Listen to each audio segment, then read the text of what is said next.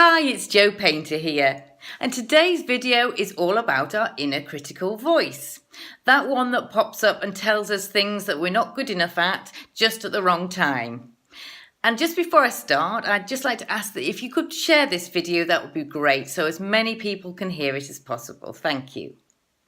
Now, that inner critical voice is that little voice that pops into your ear, that whispers or maybe shouts, or in my case, actually squawks at me to tell me that actually I'm not as good as I might think I am, and you might make a mistake and then what will people say?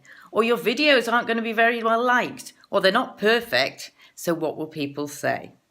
Well, let me tell you a story about my friend that I met on Friday. I met her for lunch on Friday. She's a great friend of mine, a really funny lady. And last year she got a promotion, which was fantastic. She got a job that was really challenging and one that she loved. Now, 6 months on from then, she then started to get her inner critical voice really talking to her. Saying things like, you're not good enough to be here.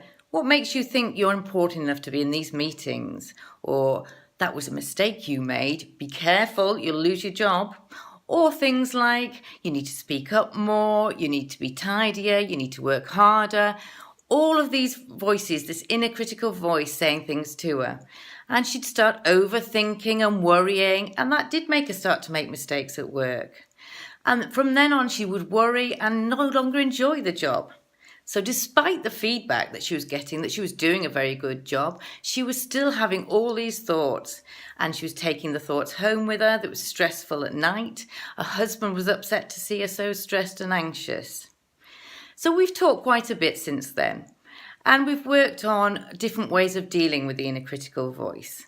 And one of them is just to understand where it's coming from. Because most inner critical voices, when they say negative things to you, are based around wanting approval, wanting security, or wanting control. So whenever you have a negative thought coming up, do think about, where is it coming from? Am I looking for approval, control, or security? It could be one of them, or it could be all three, because that's what we're really worried about when we're telling ourselves these negative thoughts.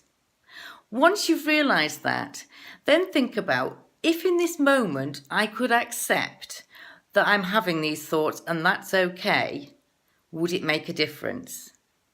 And what my friend found was that when she accepted that she was having those thoughts, and that didn't actually mean they were true, she felt them diluting and softening. It didn't feel such a pressure on her. She didn't feel like she was doing really badly. She felt the pressure drop and the thoughts would dissolve a bit. They didn't go away and they still come back. But she knows now that she doesn't have to fight them.